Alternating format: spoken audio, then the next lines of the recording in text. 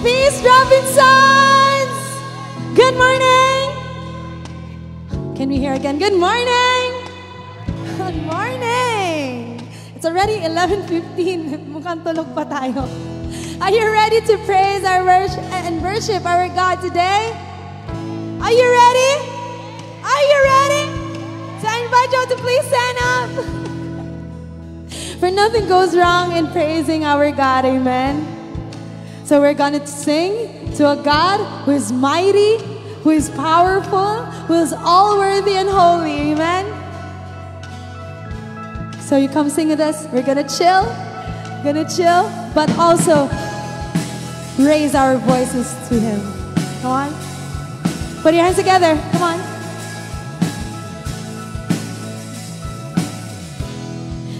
Did you hear the thunder rolling down the mountain heights, breaking through the darkest night? The earth is filled with wonder. The trees are shaken from His might. His name is written in the skies. The God who rules in power, He brings peace that lasts forever. Who is like our God? All of heaven echoes with delight, raining down with all His strength and life. The earth is and all His people cry. Who is like our God? Come on, put your hands together. You can move around. Come on, just sing with us. Come on. Did you hear the Spirit coming down like tongues of fire? His kingdom coming down to us. He calls the least impressive, the ones who stand outside the doors. Every saint and sinner come. The God who rules in power, He brings peace that lasts forever. Who is like our God? All of heaven echoes with delight, raining down with all His strength and life. The earth is and all His people cry. Who is like our God? Come on, sing with us. All of heaven echoes with delight, raining down with all His strength and life. The earth is His and all His people cry.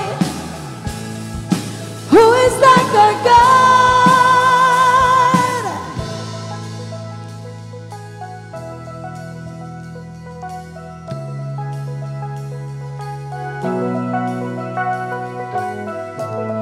There's no contender, no other power. There's no one like our God. He's King forever. Look as He enters. There's no one like our God. Come on, you sing with us. There's no contender, no other power. There's no one like our God. He's King forever.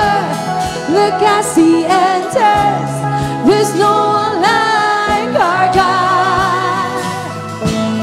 There's no contender, no other power. There's no one like our God. Oh, He's King forever. Come on. Look as He enters. There's no one like our God. All of heaven echoes with delight. Come on, you sing.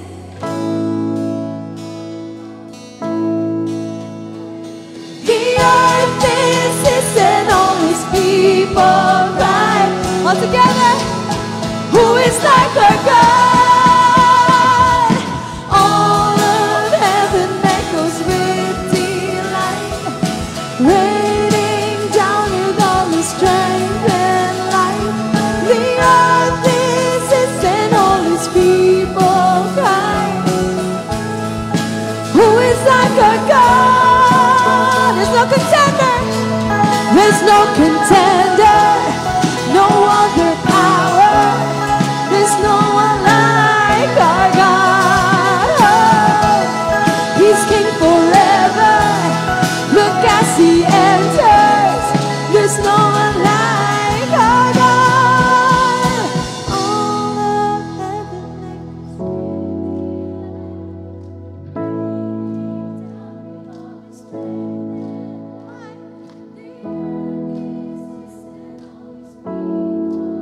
we declare, who is like our God?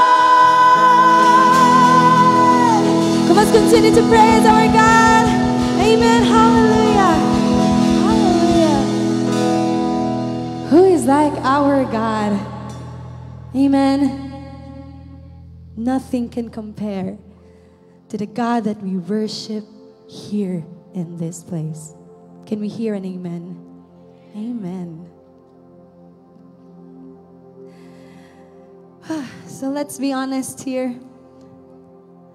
Life is so limited. Yes? Is it limited? Yes.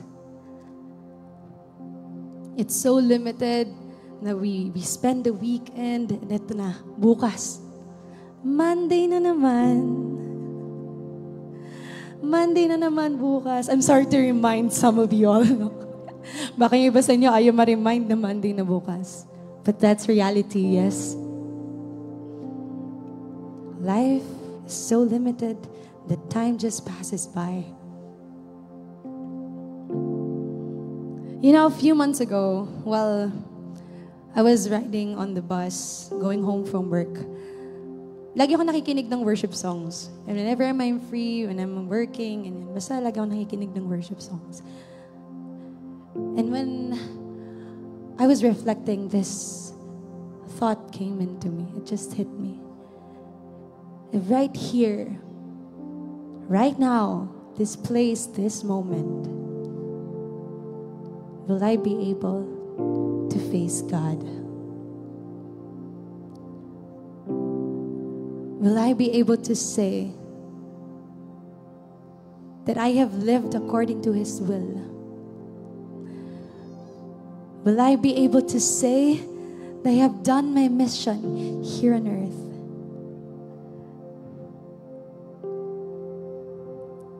You know, time is so short. But that doesn't mean that we have to rush our lives just to check everything on the bucket list. But rather, we take a pause and ask ourselves, were we able to love well? Were we able to forgive hurts? Were we able to share God's goodness to others?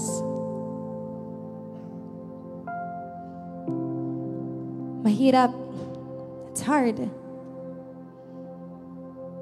But there is more to life than this. Amen. There is more to life beyond this earth, beyond this world. You know, when Jesus came on earth, His ministry of loving, forgiving, sharing did not stop when He ascended into heaven. It did not stop. But rather, He gave us a blueprint as proof that it is possible, even in this earth, even in this broken world, it is possible to live the same way. Amen. And we are made to do the same.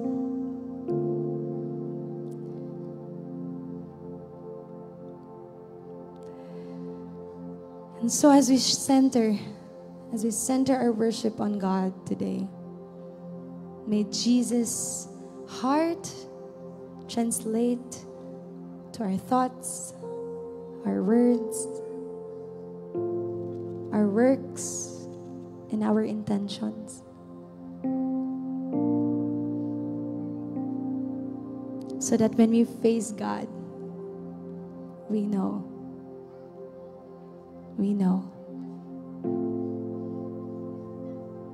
that we're able to face Him more confidently. We're able to now look forward to see His face. We want that, amen. We want that. So as we pray and do our sign of faith, in the name of the Father, and of the Son, of the Holy Spirit. Amen. Let's pray the Father, what our Father has taught us. Our Father, who art in heaven, hallowed be thy name. Thy kingdom come, thy will be done on earth as it is in heaven. Give us this day our daily bread, and forgive us of our trespasses as we forgive those who trespass against us. And lead us not into temptation, but deliver us from evil. And as we remember His eternal glory, glory be to the Father, and to the Son, and to the Holy Spirit, as it was in the beginning, is now, and ever shall be, world without end. Amen. So as we sing, you've named the stars in place. Every creature holds your name, your endless glory. There's no end to what you do. Burn away what's not from you. Every little God we send to reveal your glory. Come and show what you can do. Open up heaven's door, we've seen you move. There's so much more. Let favor and your presence fall. Let your glory come. Let your will be done. We are letting go of all that we desire. We make room for you, for what you want to do. Let every promise that you make leave us astounded in your ways. Let your glory come. What you promised you will do. Though it takes time, we can trust you to write our story. Come and show us what you do. Open up heaven's door, we've seen you move. There's so much more. Let favor and your presence fall. Let your glory come. Let your will be done. We are letting go of all that we desire. We make room for you, for what you want to do. Let every promise that you make leave us astounded in your ways. Let your glory come. Let your glory come.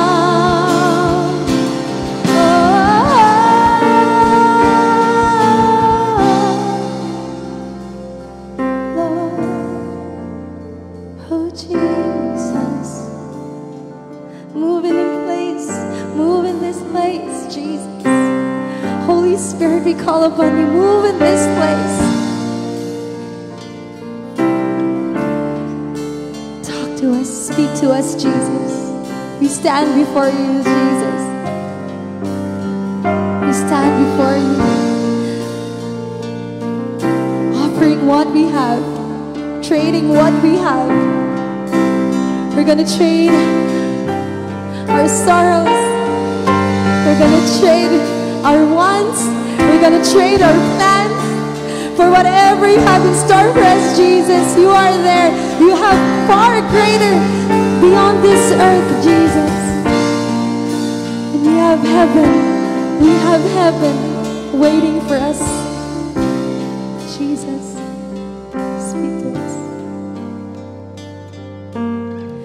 We're trading what we want, all plans onto your hands. Let your glory come, let your glory come. We lay down every crown for what you have begun. Let your glory come, let your glory come. You've conquered death and grave, nothing stands in your way. Oh, let your glory come, let your glory come. There's power in your name, so let your kingdom reign. Oh, let your glory come, let your glory come. Let your glory come, let your will be done. We are letting go of all that we desire. We make room for you, for what you want to do. Let every promise that you make leave us astounded in your ways.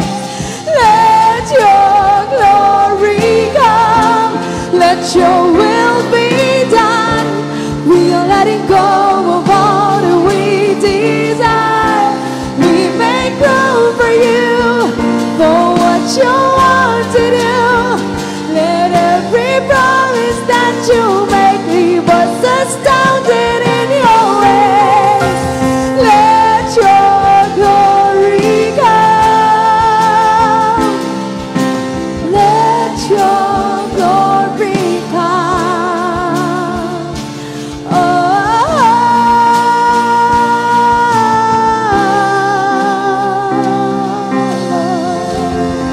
Let's continue to worship our God today. Amen. Hallelujah.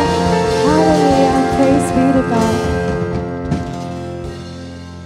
Oh yes, Father, let your glory come in this place so that we can trade our desire, we can trade our sorrows, we can trade our pains, we can trade what we do not understand in this life with the knowledge that the God we worship here is a God who loves me. So let your glory fall in this place. And let your presence be enough for us. And this we pray in Jesus' name. Amen and amen. Can you high five 4.5 people and tell them, be ready for God today?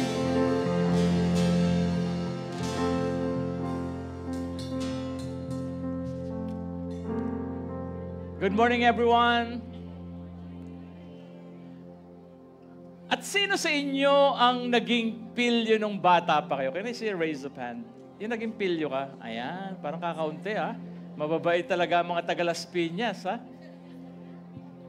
Naalala ko when I was young, medyo may kapilyuhan ako eh. Marami kami magkakaibigan and meron time na pag nadaan kami doon sa mga bahay, yung bigla na lang akong tatakbo. Na-experience ba yan? Yung may mga kaibigan ka, tapos tumakbo ka, ano gagawin ng mga kaibigan mo? Tatakbo din, di ba? So makita, takbuhan talaga sila. Tapos pag nagkita-kita na kami in a certain place, galit na galit. Galit na galit sila. Alam niyo kung bakit? Kasi dinodoorbell ko yung dinadaanan naming bahay. So sila yung napapagalitan. At di ba pag bata ka, ang saya nun eh. Di ba? Ang saya. Bakit? Kasi yung adrenaline. Pero alam niyo, one time, nag-doorbell na naman ako. Takbo na naman ako. Ito mga kaibigan ko, tumakbo din. Pagdating sa akin, alam mo, feeling ko hindi na masaya. Alam niyo kung bakit? Kasi nabarangay sila. Kasi binata na kami.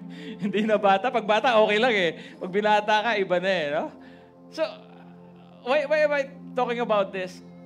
Friends, today, I will preach to you something you already know, but you might not really know. Parang labo, ano? Something you already know, but you might not really know. You might be doing it already every day, but you might not really fully understand why Jesus taught us this in the first place. At alam niyo kung ano yan? The Our Father. Sino siya yung nakapagdasalan ng Our Father? Ay, magtaas naman kayo lahat kasi katoliko naman yata tayo lahat dito. Siguro sabi nila, Brother James, alam na namin yan. Parang doorbell lang yan. You say the right words, and do it in the right manner. Like, before you ask, kailangan magpuri ka muna. And God will open the door of blessings to your life. Di ba? Parang ganyan yung tingin natin sa Our Father. And this is how we're taught to structure our prayer. Di ba? Pag tinignan mo yung Our Father, parang yung first part is adoration, then you ask forgiveness, contrition, then thanking God before supplication. Dulo yung hingi. But I want you to listen to me. The biggest hindrance to deeper knowledge is shallow knowledge. Kasi minsan, alam mo parang, kasi alam ko na yan, we have this tendency to be blinded with deeper knowledge. Pag ganyan yung mindset mo, alam ko na yan. And we lose the capacity for wonders over a prayer that we've been praying maybe for already 1 million times. Kaya yung iba, yung pag nagdadasal ng Ama namin, yung Father, the Son, the Holy Spirit, Amen. Our Father who art in heaven, holy, tulog na. Tapos yung Amen, kinabukasan na.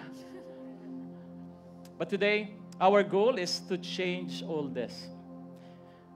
Now, here's an analogy. Kami ni Jinky, 33 years nang mag-asawa. 33 years. At ang dali kong sabihin na, kilala ko na yung asawa ko, kilala ko na siya. But if I want our marriage to grow, I should say in the same breath na hindi ko pa siya talagang tunay na nakikilala. Because she's still a beautiful mystery to me. 1,000 pogi points yan, ha?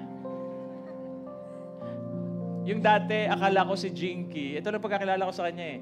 Yung opisina, bahay, kasi career woman yan, engineer eh. Opisina, bahay, mall, bahay, opisina, mall, yung ganon. But you know, during the pandemic, every morning nakita ko may ibang Jinky ako nakita. Kasi sa Jinky nagsimulang maging plantita. May mga naging plantita ba dito? At hindi lang yan. Yung nagpa-deliver ng andaming mga klaseng halaman, nagpa-deliver ng mga small clay pots, tapos pininturahan. Hindi ko naman alam na nagpipintura siya kasi engineer siya, hindi naman siya pintor eh. Diba? Yung gano'n, nagpipintura, tapos pagdating ng umaga, kinakausap pa yung mga halaman. Inaantay kong sumagot. Kasi pag sumagot, tatakbo ko eh. Alam mo kung sinabi ko sa sarili ko na, kilala ko na yung asawa ko, I will not be aware of these various dimensions of Jinky that I do not know before. Friends, parang ganun yung Our Father. When we say, alam ko na yan, we should also say, I do not really know the Our Father. And this is the approach I want us to take this morning. Because there's so many things we don't know about the Our Father because of we don't know about this prayer. And my invitation is that at the end of this talk, you will pray this prayer that Jesus taught us like it's the first time. So are you ready? So if you're ready, let's come before God and let's pray our favorite prayer at the feast. In the name of the Father and of the Son and the Holy Spirit. Amen. Together, today, I receive all of God's love for me. Today, open myself to the unbounded, limitless, overflowing abundance of God's universe. Today, open myself to God's blessings, healing, and miracles. Today, open myself to God's word so that I become more like Jesus every day. Today, I proclaim that I'm God's beloved, I'm God's servant, I'm God's powerful champion, and because I am blessed, I am blessing the world. In Jesus' name, amen. Let's honor God's word. Thy word is the lamp lamp unto my feet and the light unto my path. A reading came from Matthew 6, verse 9 to 13. And it says, you pray like this, Our Father in heaven, may your name be kept holy. May your kingdom come soon, and may your will be done on earth as it is in heaven. Give us today the food we need, and forgive us our sins as we have forgiven those who sin against us. And don't let us yield to temptation, but rescue us from the evil one. Amen. Father, we come before you today and we open our hearts and minds to you.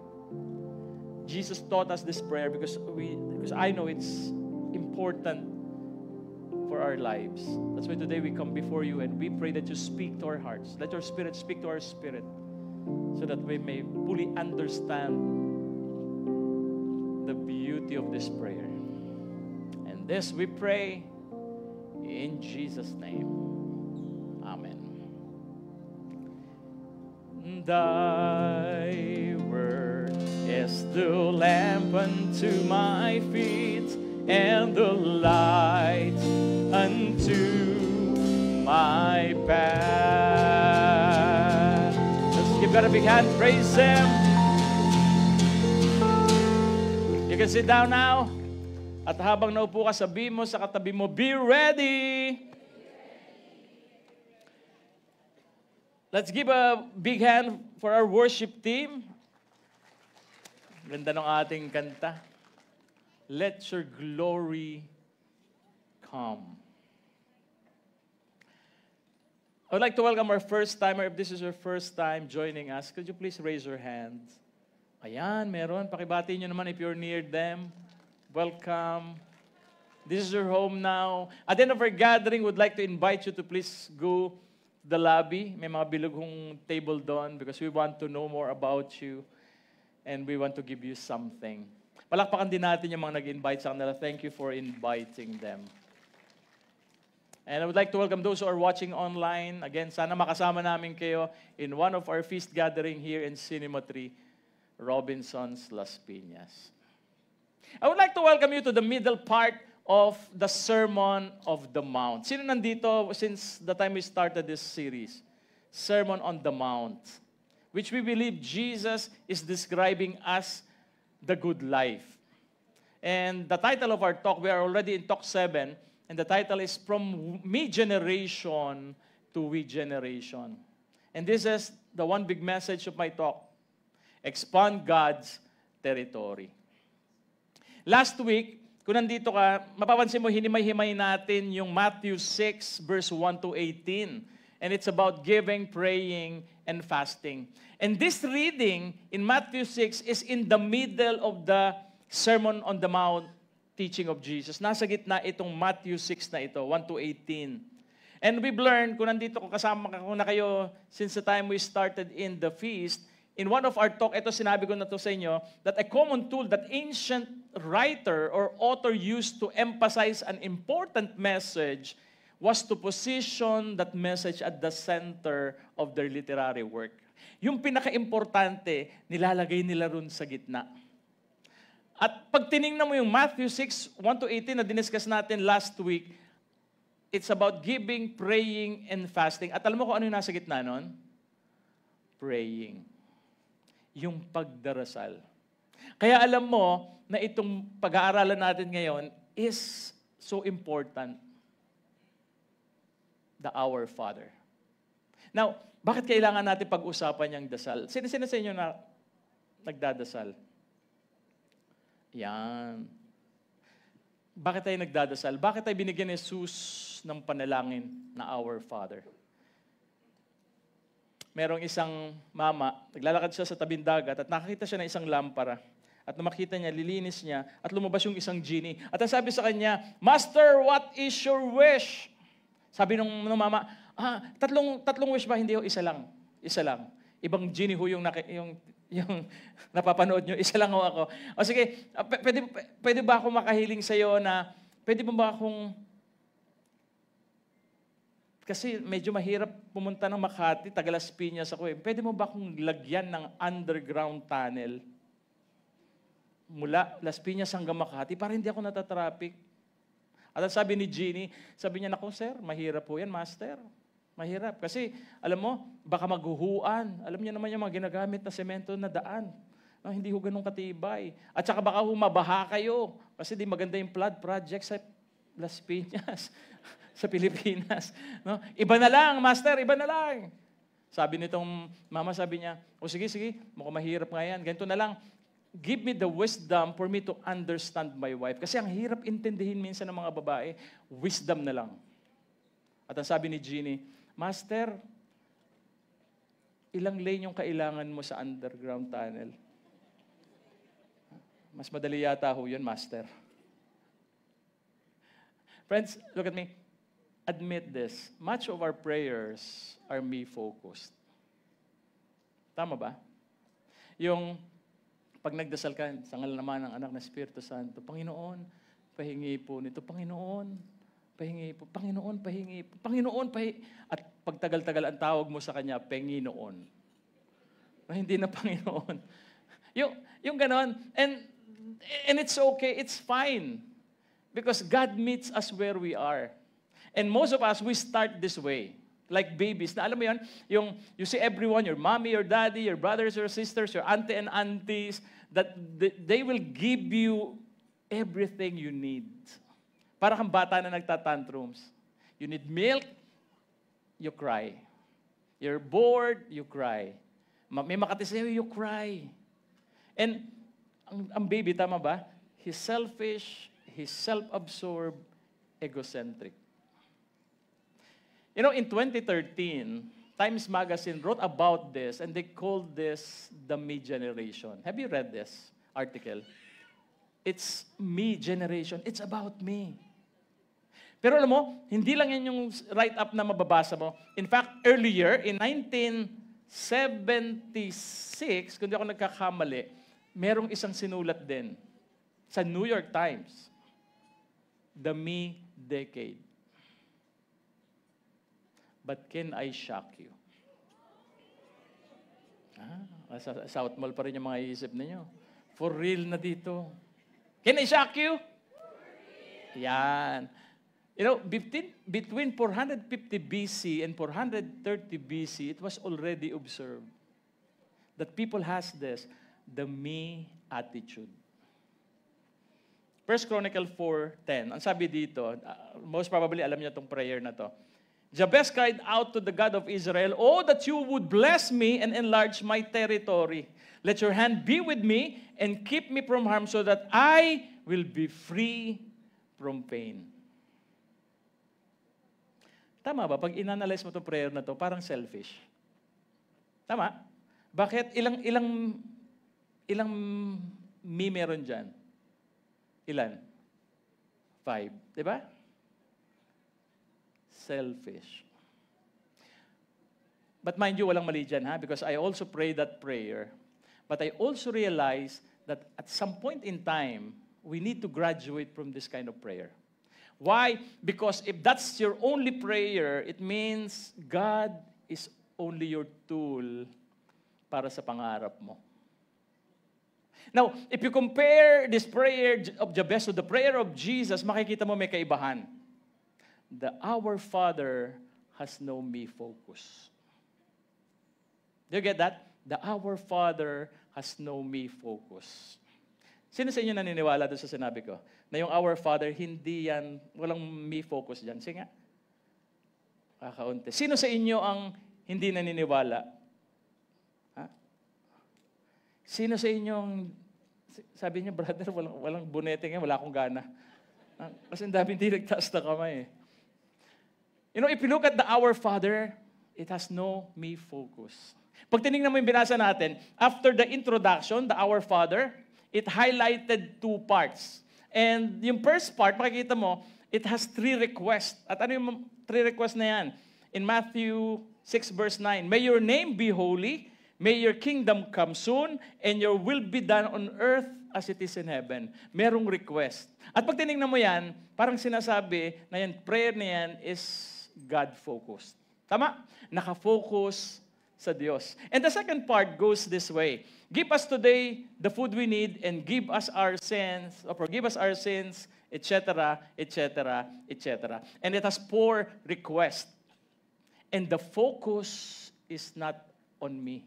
The focus is on us. Hindi sinabing, give me this day. Ang sabi doon, give us this day. Kaya pag inanalyze mo yung prayer na yan, yung second part na yan of the Our Father, you can deduce that the Our Father is other-focused. Tama? Kasi hindi sa'yo, kundi sa lahat. Sounds familiar? Sounds familiar? Yung parang katulad ng tumutunog dyan, familiar ba yung tawag na yun? Sounds familiar?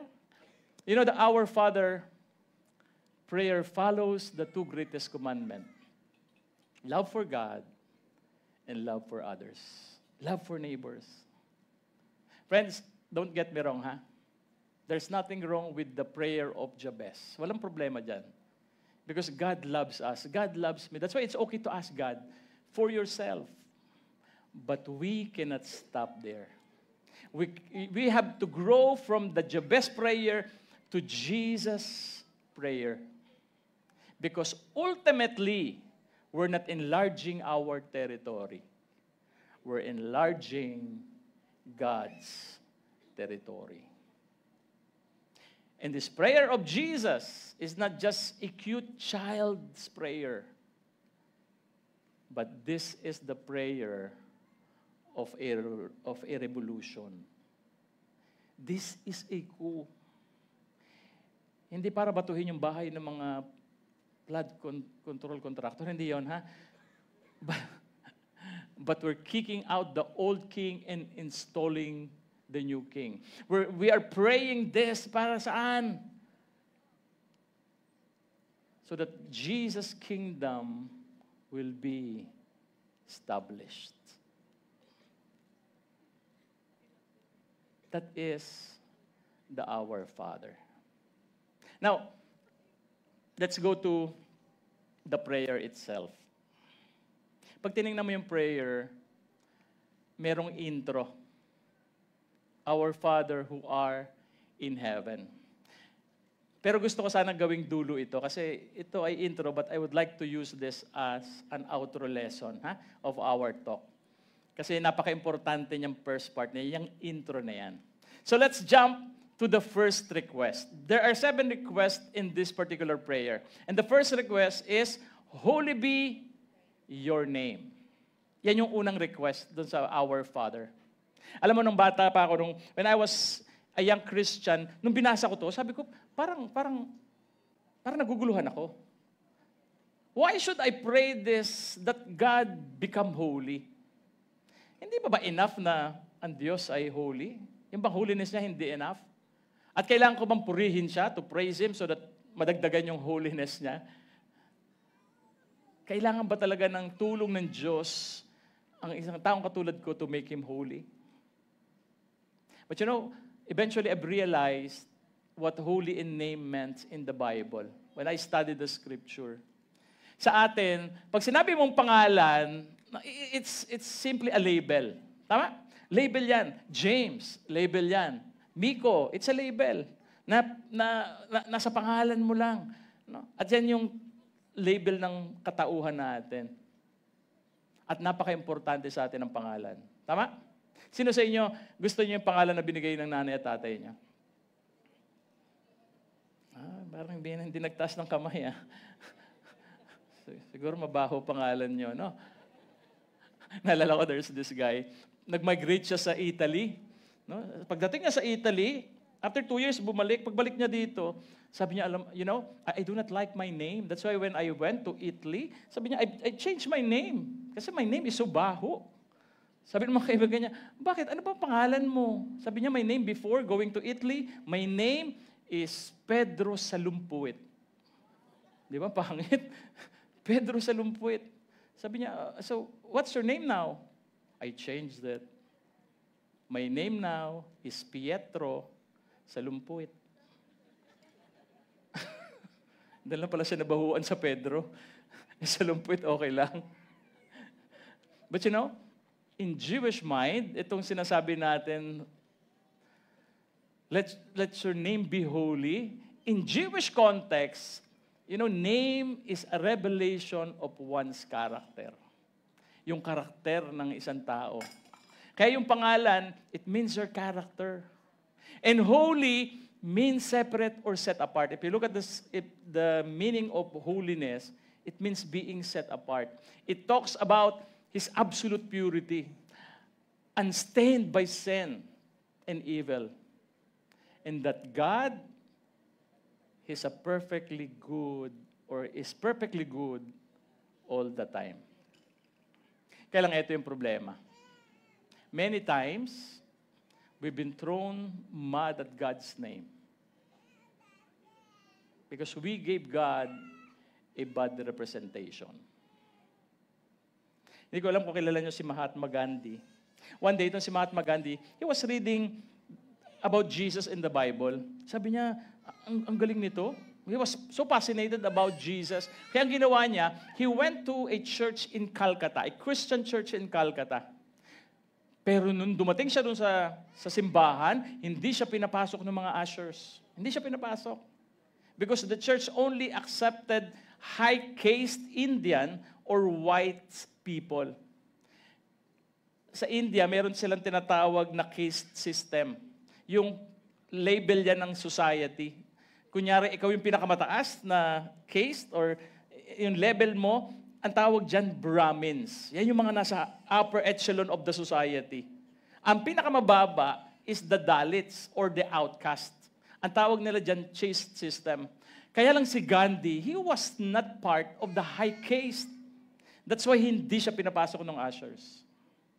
And from this experience, eto na pumasok na yung famous quotes niya, o quotation niya. Sabi niya, I like Christ, I don't like Christians. Alam niyo ba yung quotation na yan? Gusto ko si Kristo, pero hindi ko gusto yung mga Kristiyano. Friends, we can be a not so good representative of God. And by not representing Him well, we violate one of the big 10 commandments. At ano yung commandment na yan? In Exodus 20 verse 7, you shall not take the name of the Lord your God in vain. So when you pray, holy be your name, alam mo kung anong ginagawa mo? You're praying that you want to restore God's name. We pray that we represent God better. Parang, Lord, ito yung prayer ko, sana ma-represent kita ng mas maganda. Na pag tinignan ako ng tao, ang nakikita sa akin ay ikaw. Sige nga, tingnan mo yung katabi mo. Kamukha ba ng Diyos yan? O Diyos ko. So that's the first request. Which is connected to the next request. And what's request number 2? Your kingdom come. Again, itong tatlong unang request is focus or our focus on God. You know, Jesus was building His kingdom and is using this revolutionary prayer. Ginagamit niya itong Our Father to teach us, to teach the follower the most important lifestyle within His territory. Now, here's my question to you. Do you want to follow Jesus? Sino sa inyo gustong sundan si Jesus? Then don't just pray the Our Father. Live it. May mga tao, their highest goal in life is to go to heaven. Pag tinanong mo, bakit ka nagsisimba?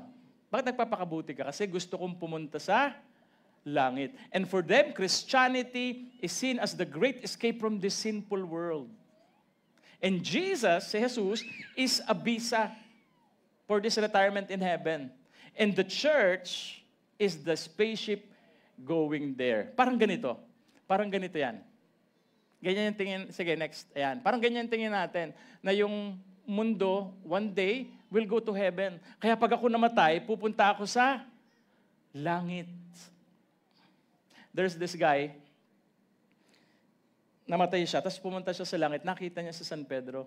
Sabi niya, San Pedro, ito na ho ba yung langit?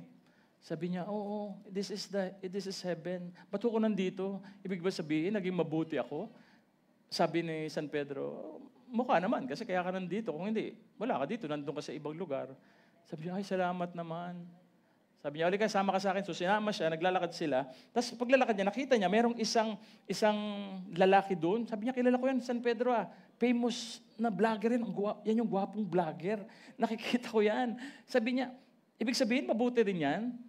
Sabi niya, malamang, kasi nandito Matagal na nga yan Sabi niya, ay, pero sabi niya, San Pedro, ba't parang may nakaposa sa kanyang babae na hindi kagandahan? Parang hindi maganda itsura. Ba't nakaposas yan? Sabi niya kasi, alam mo, yan, marami namang ginawang mabuti, pero meron ding maling ginawa. Kaya yan yung parusa niya. Ay, yung pala yan. Sabi niya, sige, San Pedro. Uli ka na, sama ka na sa akin, punta tayo dito. Tapos pagdating doon, nakita niya, may isang magandang babae. Tapos sabi sa akin, halika, pinosya siya doon sa magandang babae. Sabi niya, San Pedro, gano'n na ba kaganda yung nagawa ko sa buhay ko? At meron akong premyo. Sabi niya, hindi. Bakit niyo ako pinoposas dito? Kasi ikaw ang parusa niya. Tignan mo yung katabi mo. Mukha bang parusa yan?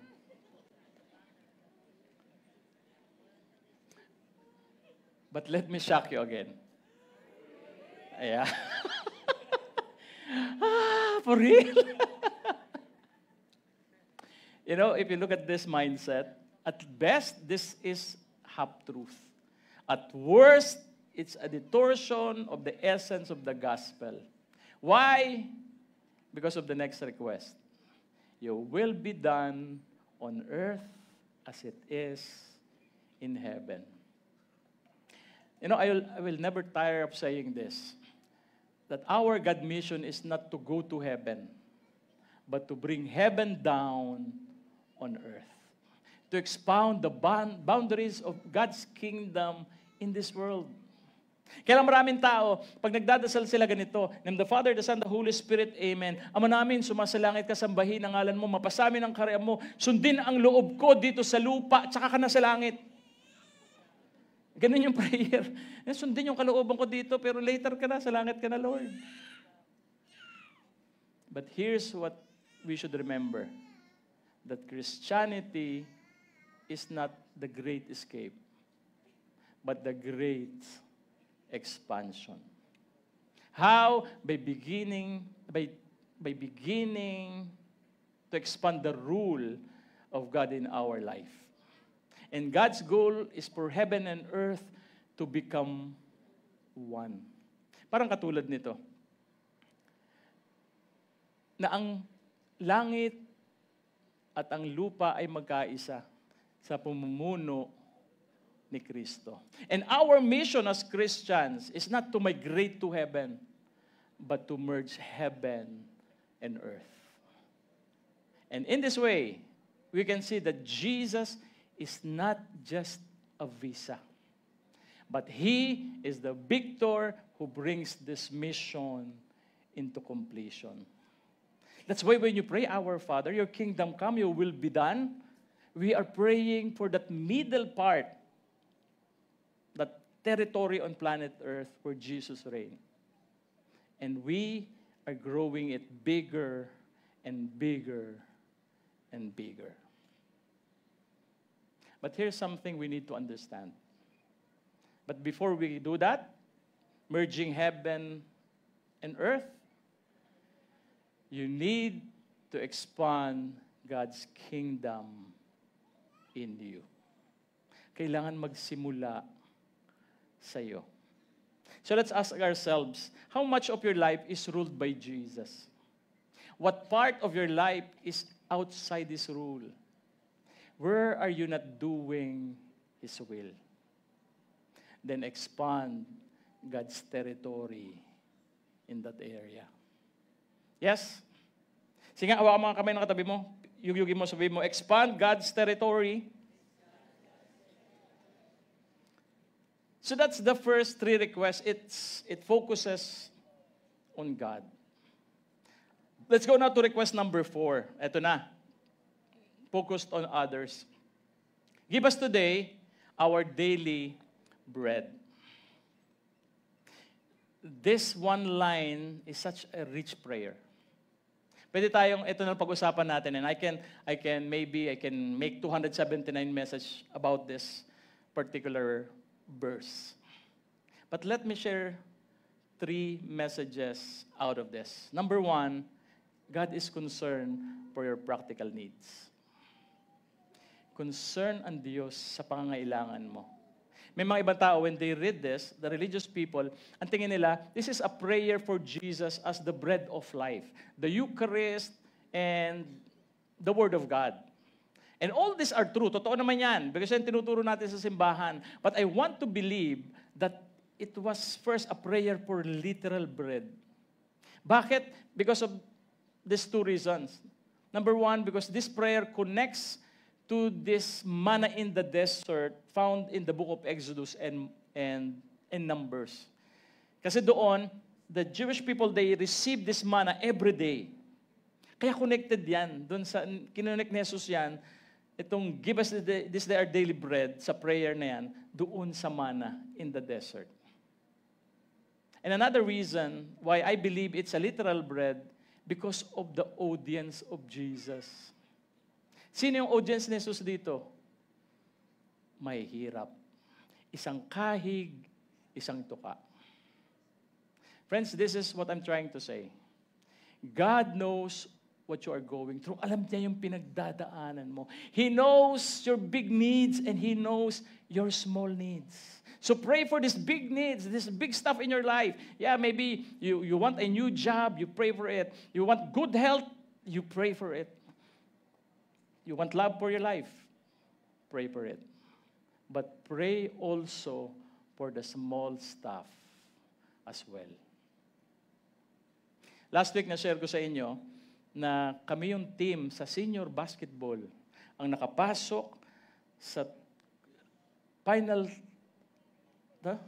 battle for third na walang panalo. Naalala niyo yan? 0-3. Pero nakapasok kami, battle for third place. And so, alam niyo ba, sinagot ng Diyos yung panalangin ko. Sinagot. Hindi dahil sa nanalo kami, talo pa rin. Sabi ko nga sa mga kasama ko, ba't ba tayo nagpapakahirap? 0-3, gusto niyo pandagdagan ng 0-4? Wala ba tayong kadala-dala? Diba? Pero, God answered my prayer. Not because we're third place or hindi.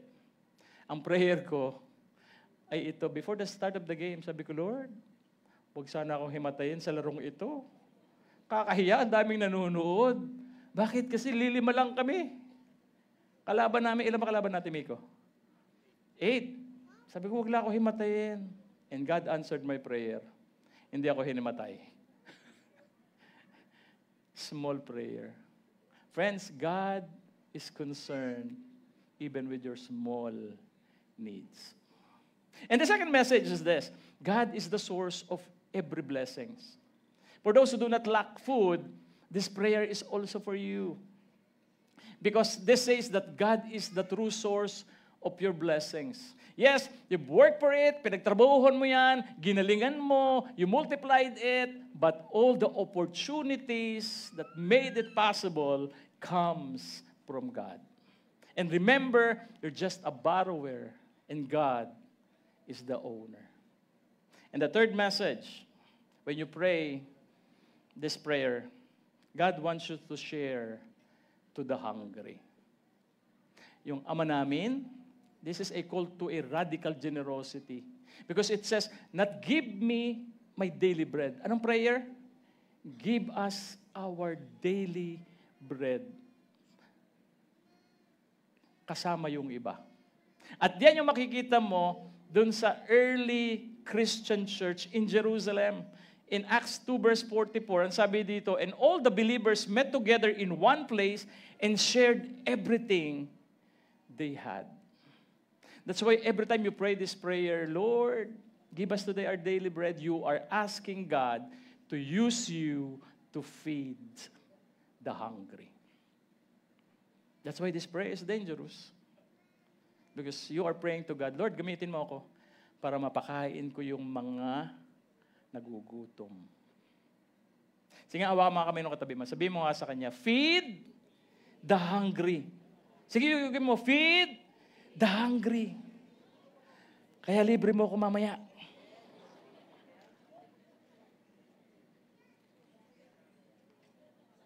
And the fifth request is this. Forgive us our sins as we forgive those who sin against us. You know, forgiveness is the core issue of the kingdom. Kasi pag tinignan mo si Jesus, yung buhay niya, you will see that Jesus through forgiveness parties with the worst public sinners of this world. Yung mga pinupuntahan niya, nagpapaparty siya, forgiveness party. Dahil itong mga taon to, tingin nila sarili nila makasalanan. That's why Jesus is spending time with them. Now, if you're going to be part of this kingdom, you too must throw forgiveness parties. At nakakatakot itong panalangin na ito. Alam niyo kung bakit? Because you could rephrase the prayer this way. Lord, do not forgive me if I do not forgive others. And if you look at the scripture, Jesus says this categorically. In Matthew 6:14-15, sabi dito, if you forgive those who sin against you, your heavenly Father will forgive you. But if you refuse to forgive others, your Father will not forgive your sins. So forgive. But why does God wants us to forgive in the first place? Ba't pa tayo sinasabi ni Lord magpatawad? Patawarin mo na yung taong yung nakasakit sa'yo. Patawarin mo na yung ex-boyfriend mo. Patawarin mo na yung magulang mo na lagi kang hindi maganda yung tingin sa'yo. Patawarin mo na yung anak mo. Bakit tayo hinihiling, sinasabihan ng Diyos magpatawad?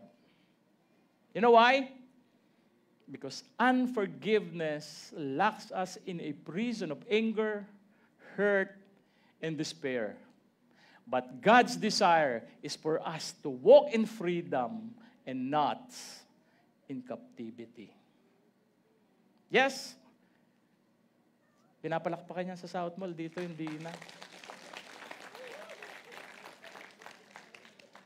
That's why you have to forgive. Sige, hawakan mo yung nasa kaliwa naman. Sabihin mo nga sa kaliwa mo, gusto ni Lord, malaya ka. Kaya kalimutan mo na yung utang ko.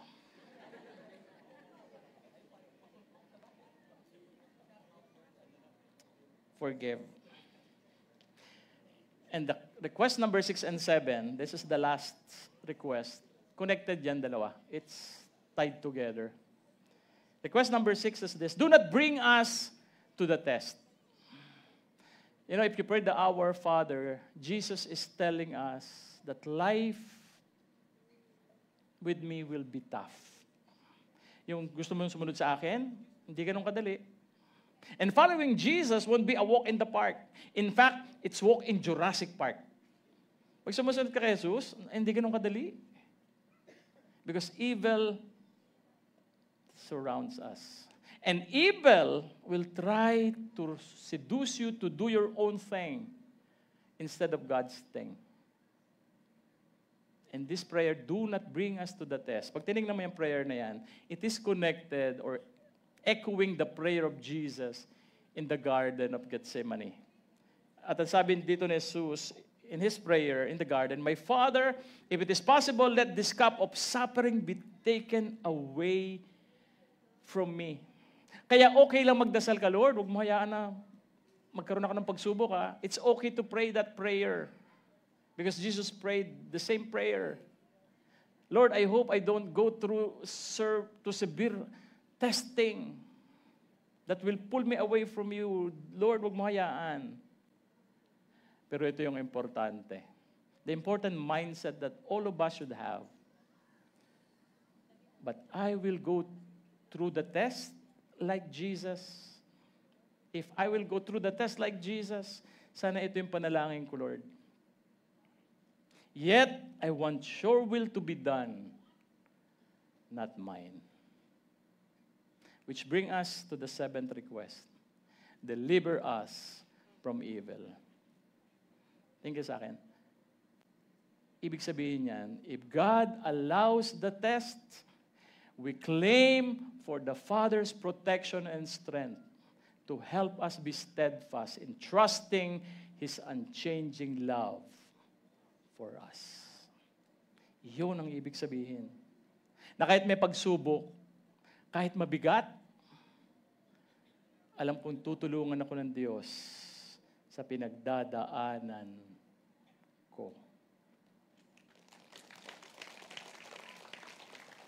Can I invite you to stand?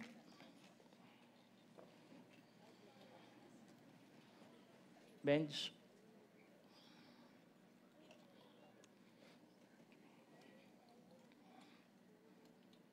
Thank you.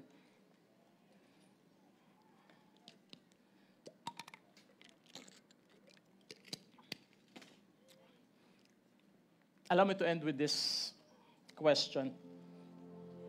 How can we be steadfast in trusting God's unchanging love for us? How can we be steadfast in trusting God's unchanging love for us? Ito na. Yung intro na ginawa kong outro. Ito yung dapat nasa unahan pero hindi ko diniscuss. Dito ko sa dulo nilagay. Alam niyo kung bakit? Kasi yung outro ay ng kanta ay importante. Ano ba yung outro? Sino sa inyo nakakaalam ng salitang outro? Pag musician ka, medyo alam mo to. Ibig sabihin yan, sa dulo ng kanta, meron kang dinalagay na kanta, maybe a music or a lyric about the song. Yung parang ganito, hindi ko alam kung kanta, alam niyo to, yung sa huli palagi babalik pa rin sa yakap mo. Alam niyo kantang yan? Sino kumanta yan? TJ Manotok. Ah, hindi. Iba pala yan, basketball player yata yan. TJ Monteverde. Tama ba ko? Ha? Ha? Duterte? Monteverde. Yan yun. Diba, sikat na sikat kayo yan eh. Alam mo, sa dulo ng kantang yan, meron siyang, may lilagay siyang kanta sa dulo eh. Yung, ulit-ulitin man, nais kong malaman mong iyo ako palagi. Yun yung outro. Yun ang ibig sabihin nun, na outro. Now, outro is a music or a lyric that reinforce the songs, the theme song of that song. So in effect, this is the theme of the whole prayer. Our Father who are in heaven. Alam niyo, sa time ni Jesus, there were some rabbis who are calling God Father. Pero hindi ganun karami. At dito na iba si Jesus. Kasi si Jesus, ito yung uniqueness ni Jesus eh. Father was almost the only way He addressed God. Now we need to understand this, that during the time of Jesus, yung mga Hudyo, the Jewish people, they have this holy fear of God. Kasi si God is holy and they are not. Makasalanan kami. Kaya natatakot sila pag pinag-uusapan yung pangalan ng Diyos. And they cannot even mention the name of God.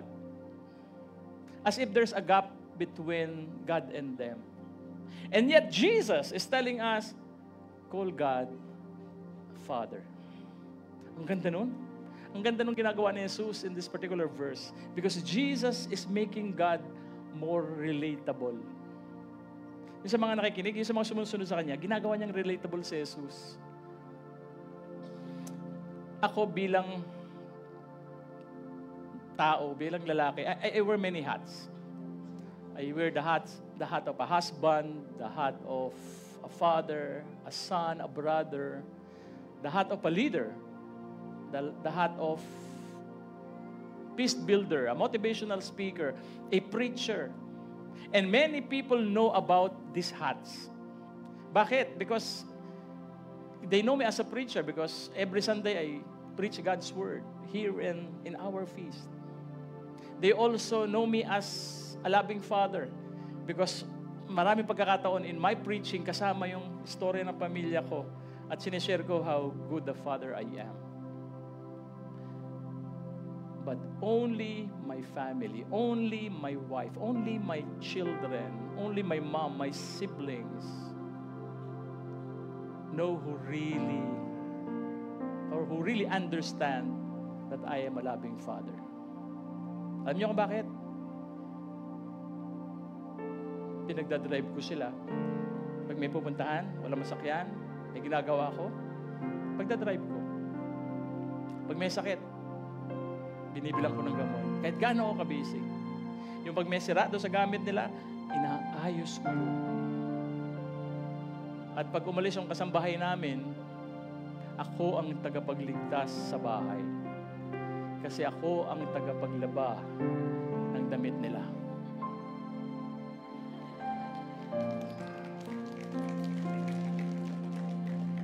And almost always, I drop everything. Lahat ng ginagawa ko, I drop everything I'm doing just to make sure that their needs are taken care of. And that's the beauty of what Jesus is teaching us. Kaya, go to God, call Him Father. Because God is not far. Hindi malayo ang Diyos. Abot kamay mo lang siya. Madaling abutin. And we must know this. We must put this in our mind that God can actually drop everything in order to hear us, in order to listen to us, in order to be with us and love us. Why? Because the God that we worship, the God of heaven and earth, the God who created the universe, is your loving God, loving Dad, loving Father. And whatever you need, whatever situations need fixing, God can help you fix them because He cares for you.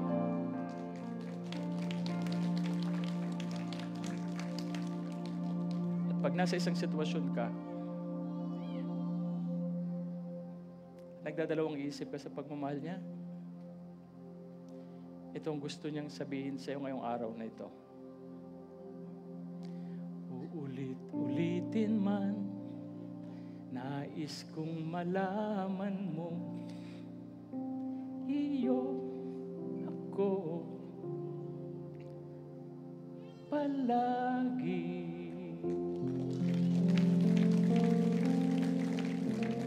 Oh yes, Father, I know that you are for me, that you are not against me. That many times in my life, I do not understand the meaning of that because of the situation I am in. That's why today I come before you, believing in the words of Jesus, that the God that I worship here is a Father. The God that I worship here is my Dad. And I pray right now that you help me trade my pain, trade my desire, trade my sorrow with this knowledge that the God that I worship here is a loving Father, a loving Dad. That's why today I come before you raising my hands, not only as a God, but as a loving Dad, and surrendering my heart to you, surrendering my mind to you. And I pray that let your Spirit speak to my spirit that you are for me. And I pray this, I claim this in your name, in Jesus' name, in Jesus' name, in Jesus' name. Amen. Let's worship Him. We're trading what we want, our plans onto your hands. Let your glory come, let your glory come. We lay down every crowd for what you have begun. Let your glory come, let your glory come. You've conquered death and grave, nothing stands in your way. Let your glory let your glory come. There's power in your name, so let your kingdom reign. Let your glory come, let your glory come. Let your glory come, let your will be done. We are letting go of all that we desire. We make room for you, for what you want to do. Let every promise that you make leave us astounded in your ways. Let your glory come, let your will be done. We are letting go of all that we desire. We make room for you, for what you want to do. Let every promise that you make leave us astounded in your ways. Let your glory come, let your glory come.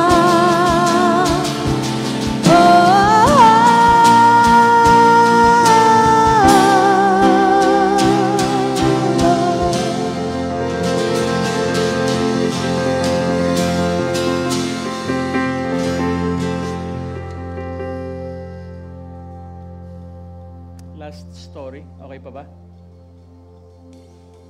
You know, I received, well, not me but my wife, received the message this morning while going here in our feast. You know, meron ako isang kaibigan, a builder. Talagang hanggang dikit ko talaga yan dito sa feast. But because of some reason na hindi naman niya ginusto, nakakulong siya ngayon. Nakakulong. Builder.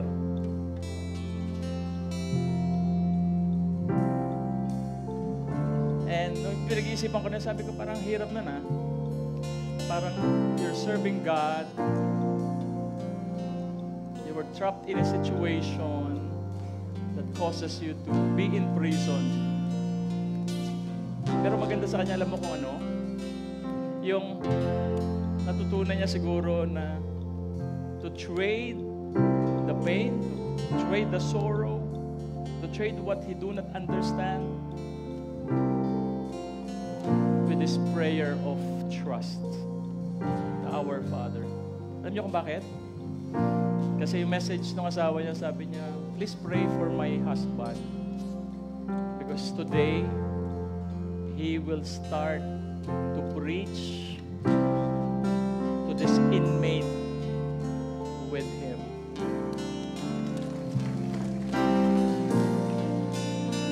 Grabe, no? And again, friends, hindi madali yun. Hindi madali. To trade what you do not understand to what we know that God loves us. Nang pinaglilingkuran mo, pinupuri mo dito, ay isang mapagmahal na Ama.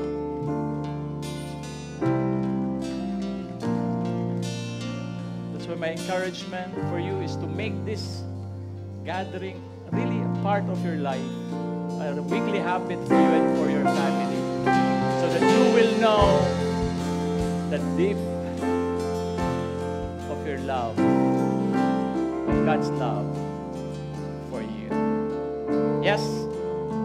Sige, can you hug the people around you? Kung kilala mo yan, kung mahal mo yan, sabihin mo sa kanya, bask in the love of God here in the feast.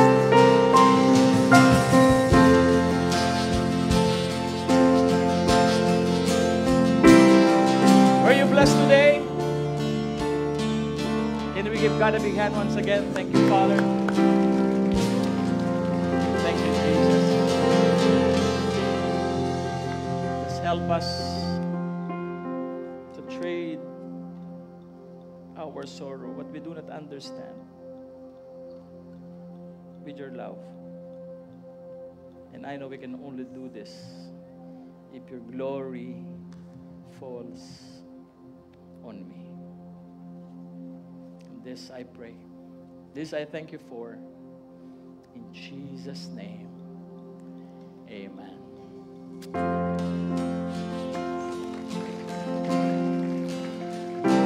Let's be seated. And let's prepare for our love offering. Wow.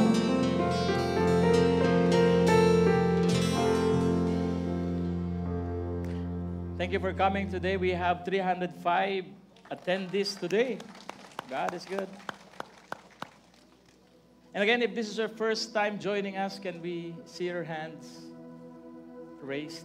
Yung mga yan, first timer, ayan. Pwede ba namin kayo maimbitahan tumayo so that we can see you and we can pray for you if that's okay with you. Yung ating mga first timer, ayan. Thank you for those who bring them. Maraming salamat. Sige, tayo lang kayo. I always say this to our first timer that I believe God brought you here in this place. Ginamit lang ni Lord yung kaibigan mo, ginamit lang yung announcements natin in the social media or maybe nakita mo somewhere here.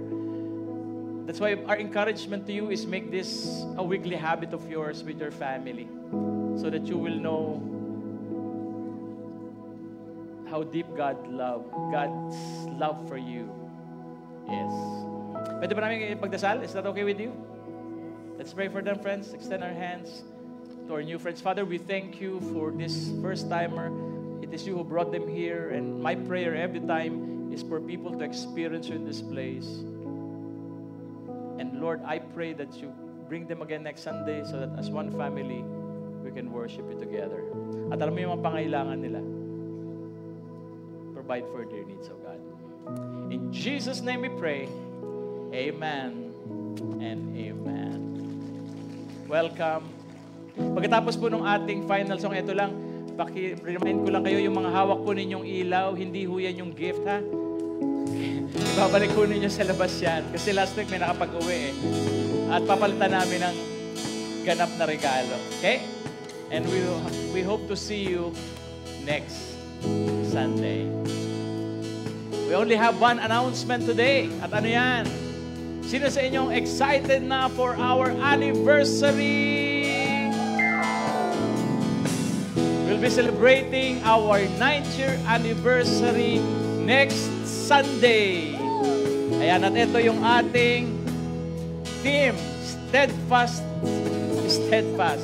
Taken from Exodus 14:13 to 15. Again, this will be on September 14, and we have 2 sessions. Hindi pa lang na-adjust yan. Ang first session natin will be at 9:30. The second session will be at 11:15. Okay? Para meron tayong elbow room because meron kami mga pakulo this coming Sunday. At dahil gusto natin na hindi lang tayo yung maka-experience, yung na-experience natin, meron kaming pakulo this coming Sunday. This coming Sunday, maglalagay po tayo ng table doon, a registration table. Tapos, anong gagawin natin doon? Kung nabe-bless ka sa feast, syempre, again, our goal is to to expand God's kingdom, not only for us, but also to the people around us. So, allow the Lord to use you. Kaya ito yung gusto ko sanang gawin ninyo this coming week. You pray. Sino yung gusto mong dalhin ko, Lord, sa feast, sa anniversary namin sa Sunday? And you can bring 2 people next Sunday. At ito yung mga bonus for you sa pagdadala. Number 1, those first 5 na magdadala ng 2 kaibigan, you will get a Starbucks GC. First 5 sets of 3. Ibig sabihin, kung kasama ka sa first 5, meron kang 3. Para saan yan? Sa iyo at dun sa 2 kasama mo. Okay? So pagkatapos dito, pwede mo na silang isama sa Starbucks. So magtitreat kita sa Starbucks. Pwede na yan. Okay?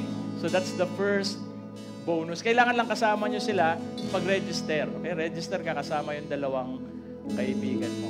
That's the first bonus. Here's the second bonus. Kung hindi ka first 5, pumasok ka sa 6 to 15, ayan, meron kang sweet treat from FRL. Okay. Makaka-receive ka ng candy. Special cookies. Special cookie. binig ni Ramsey. Si Elizabeth. So that's the second bonus. Ha? So pang 6th ka hanggang 15, baka madagdagan pa yan. Ha? Pero sa ngayon, 10. Pero pwede pa madagdagan yan. At ito yung pinaka-special bonus. Sabi nila, third special bonus, you will have a donut date with FRL Builder. Yan, sino ba yan? Sila may pakulo niyan, hindi ako eh. So, kung ako yan, hindi sa donut. Tayo sa donut sa US. Sa Better Living, may donut US dyan eh. Bakery. So yan, you can win a coffee date with me and my wife. So kwentuhan lang naman, okay? And all registrants will get a chance to win by a raffle draw. 3 FRL attendee winners. At pwede nyo rin daw isama yung kasama mong dalawa doon sa donut date with me. Okay. Meron ba dito Krispy Kreme? Wala, no? Meron? Oo, meron. Meron. Tingnan nyo, hindi kayo kumakain dito. Sa South Mall pa rin kayo kumakain eh. Meron pala dito. Okay? So yan yung ating mga bonus. But more than this, just being together, worshiping God, learning from Him is more than enough. Tama? That's why, again, I encourage you to be here next Sunday as we celebrate our 9th year of God's goodness in our feast. Sige nga, sabi mo nga sa mga katabi mo, see you next Sunday and happy anniversary. So stand and allow me to pray for giving. But before that, I would like you to look at the screen kasi ito napaka-importante po nito. Rico yung kanina. Kasi meron ho sa inyong mga iGivers na nagde-deposit sa East West Bank. At meron doon na hindi mga unidentified na deposit. So pakitignan nyo nga kung kayo ay nag-deposit noong October 28, December 2, 2024, March 3. Ako yata to eh. March 5, March 26, August 1, and September 1. Pag nag-deposit ka ng mga panahon na to, pakitignan mo baka ikaw yon. Punta ka lang doon sa table at pakisabi kila Sister kila Teddy and Sister Feli about it. Kasi pag unidentified yan, hindi nire-release ng district sa atin. So hindi natin magamit. Okay? So kaya kung sa tingin mo, nakapag-deposit ka ng mga panahon na yan, please go to the table para malaman kung ikaw yon. Okay? So that we can use this giving that you gave. Okay? So let's lift our tithes.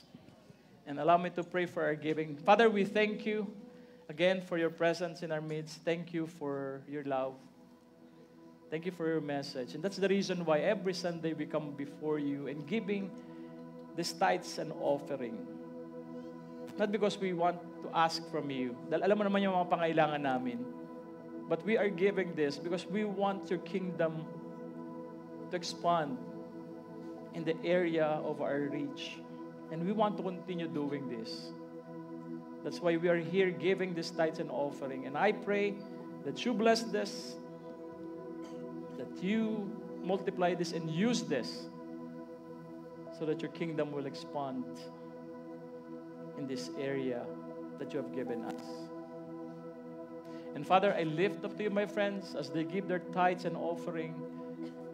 Alam mo na yung pangailangan nila. This coming week, Father, I pray that you continue to open doors of blessings for them so that they can continue, Lord, to expand their kingdom not only through our feast but also in their parishes and also to the people around them. Gamitin mo sila para makilala ng mga kapitbahay nila, mga kaibigan nila, ang isang Diyos na mapagmahal. Bless them, O God, and continue to shower them with your choices blessing. And this we pray, this we claim, in Jesus' name, amen and amen. Come friends, with joy, let's give our tithes and offering to Jesus. And see you next Sunday for our anniversary. God bless you. Come on, let's praise our God one more time. We sing, there's no contender. There's no contender, no other power. There's no one like our God. He's King forever. Look as He enters. There's no one like our God. There's no contender, no other power. There's no one like our God. He's King forever. Look as He enters. There's no one like our God. One more to sing. There's no contender, no other power. There's no one like our God. Oh, He's King forever. Look as He enters. There's no one like our God.